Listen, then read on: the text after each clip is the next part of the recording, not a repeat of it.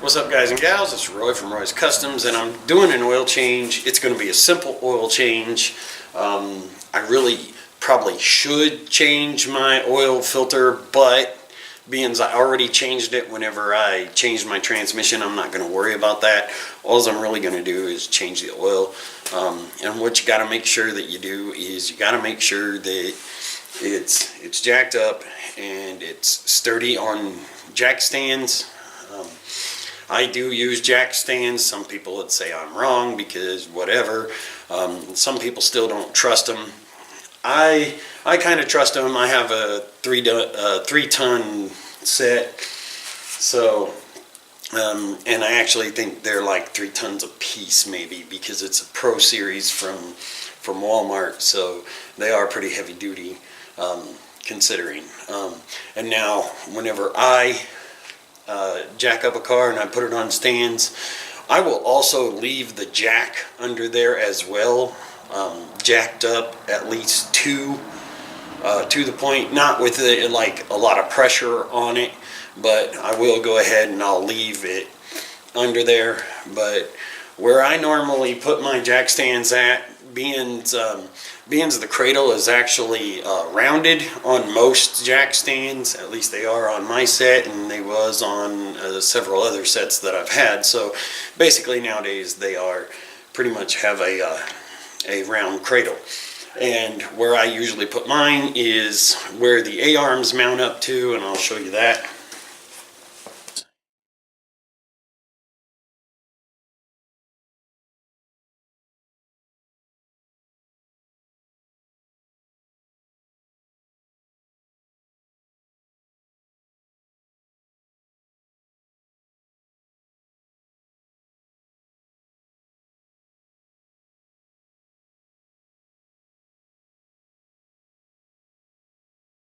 Whenever I put my oil pan in underneath the car, I don't do it sideways. I usually do it long ways, and I make sure that the bigger extended part is toward like the back where it's gonna spew out. That way I don't really run the risk of actually missing this and making a huge mess on the ground. So anyways, as far as after you drain it, you want to put the plug back in. I'll just sort of wipe it down a little bit around the mouth where it goes. You can see that there's a hump, and obviously it's still dripping some, but that's not going to hurt anything really. Anyways, you want to make sure that you remember to put your plug back in before you fill it up. So anyways, because I have actually done that before, I had forgotten to put it back in, like more than once, I guess. And anyways, once you get it, put it back in and get it tightened down. You want to check and make sure that your little seal is still good on your plug. Some have separate seals. This one actually has the seal made into it.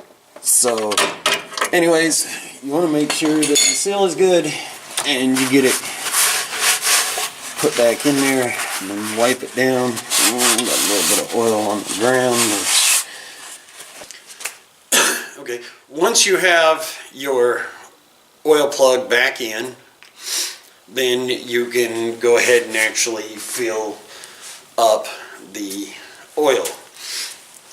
I will usually get the big jug, the full 5 quarts, because a lot of vehicles take anywhere from 4 to 4.5 quarts, and this is actually the cheaper way to get it. So actually doing your oil change is a little cheaper this way. You save a few bucks, which it's actually also more convenient in the 5 quarts. What you want to do is you want to locate your filler cap. You will see that there is a little old-fashioned oil can, and it'll usually tell you what kind of oil it takes, usually, a lot of times. So you want to take that off there. And you can see that it'll say what kind of oil. It usually says it on there somewhere, somehow. And then it has the little old-fashioned oil can. And it's usually located right on top, so that it's right there for you to access. So you figure out what the capacity is. This vehicle actually takes 4 quarts. You want to go ahead and clean off your dipstick of the old oil. Not that it's really that big of a deal. It just will actually help you figure out a little bit more to where it's at. Like I say, your dipstick usually says engine oil on it as well, so you can check the level as you go along. I will usually use a funnel, that way I don't have a huge mess. Anyways, you want to take and you want to open your oil jug. If you're ever confused about how much oil it takes, you can always ask them to look it up at the parts store. They can look it up. You can look it up online. If you get a Haynes manual, it will tell you the capacities as well. Like I say, I believe mine is 4 quarts because this is actually an 01, and 98 to 2000 on these ZX2s actually took 4.5 quarts. Why they changed it, I have no idea, but we'll find out for sure, because I'll check the oil level as I fill it up. So you just take and you pour the oil into the funnel, and it'll go down into the engine.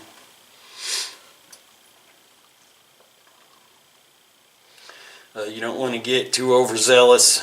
You don't want to rush it, because it'll only go in so fast, because it is oil and it does have a little bit of density to it.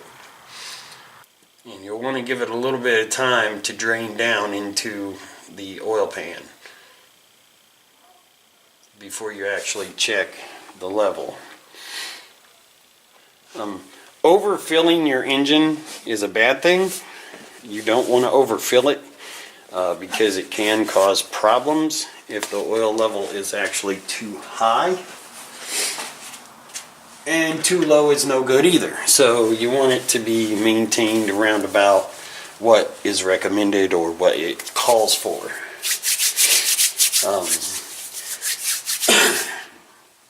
Anyways, I've been having all kinds of issues with my car, so I've been trying to deal with all that, and but I decided I wanted to go ahead and I wanted to make this video to show people that don't know how to properly change their oil, to be able to change their oil. So anyways, I let it drain down for a little bit, and I checked my level, and it's not quite there yet. It's still got a ways to go. That'll be as it drains down in there. So anyways, I do have, according to the bottle, I do have 3 quarts in it at this point. So I will put another quart in.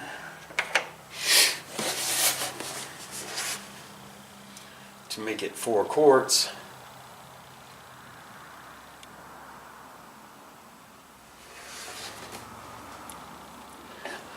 Almost there. And on the side of these jugs, as you can see right here, it tells you how many quarts are in it. So this can kind of give you a guide as to when to stop.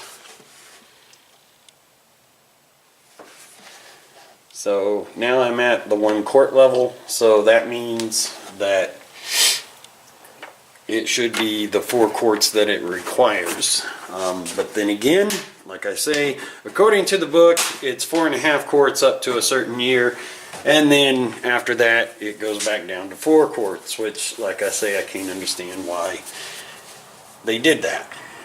So anyways, and it's probably because the earlier models actually have a bigger oil pan on them, I would guess.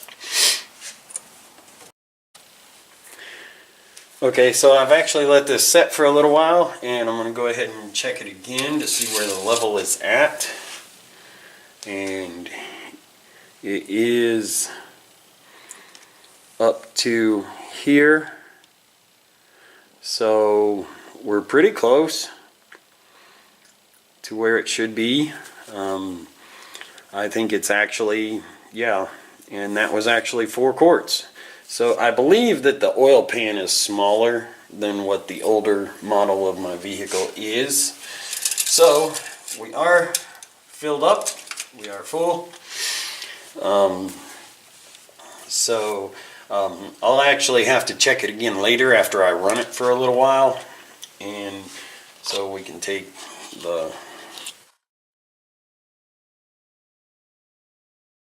okay, so if you're doing a full oil change like you should, and you're going to change the oil filter as well, you really are going to need an oil filter wrench. This oil filter wrench is kind of old, but it does still work. This will not fit every single one there is. This is actually too big for some of the smaller ones that I've had over the years, as far as oil filters go, and it's actually not big enough for some of them that I've actually seen. So but it does work well for most of them. So there's a couple of different styles. There's like a strap style, there's this style, there's a couple other, there's one that's like a big giant pair of pliers. But just make sure you have an oil filter wrench, at least one that you can use for your vehicle. As far as what the oil filter looks like and the location. The location, well, it may be in the front, maybe in the back. You may not even need this, because on some of the newer vehicles, I know that the Ecotechs for the Chevy Ecotechs and stuff like that, they actually have what they call a drop-in filter, and there's a housing that has a big cap with a big giant it looks like a nut or a bolt, and it comes out, and then the filter just drops in. So if you got one of those, then you won't even need this. I'm thinking that the Ecotech is actually an 1.25 inch socket, so it's a pretty good size socket to get the filter out. I don't have an Ecotech here to show you, but you can kind of locate it. That is kind of one of the reasons that I always have like a Haynes manual available to me for each vehicle that I work on for the most part. Anyways, I'll show you where mine's located at, and I'll show you what mine looks like for this style. As you can see, mine is a round Fram filter. It's a big orange thing with the Sure Grip on it, and it's located kind of toward the middle of the block. So, but that's not necessarily where yours will be. Obviously, if you go and purchase the oil filter, you will at least know what it looks like by pulling it out of the box. So you'll know, because if you go to the parts store and they look it up, because they'll look it up for free, it doesn't cost anything for them to look stuff up. And there are other ways that you can look it up. You can look it up online. Usually there's a little computer, or there used to be a little computer to find them at like Walmart. I believe that there's a book there usually by all the oil filters and air filters and stuff. So there's a book that you can look it up. if you know what year your vehicle is, what type of vehicle it is, and if it's your vehicle, you usually will know. So anyways, that's kind of it. That's kind of the basics. That's how to do an oil change. That's the proper way to do an oil change, to actually change the filter as well, and to drain the oil properly, and make sure you have your plug back in before you start filling it up, because you don't want to waste 4.5 quarts of oil because you forgot to put that back in. So anyways, guys, gals, I appreciate you guys watching. Feel free to subscribe if you're not subscribed. Hit the notifications, because there's going to be lots more videos. So anyways, thank you guys for watching, and have a spectacular day or night, whichever one it is for you. Peace out.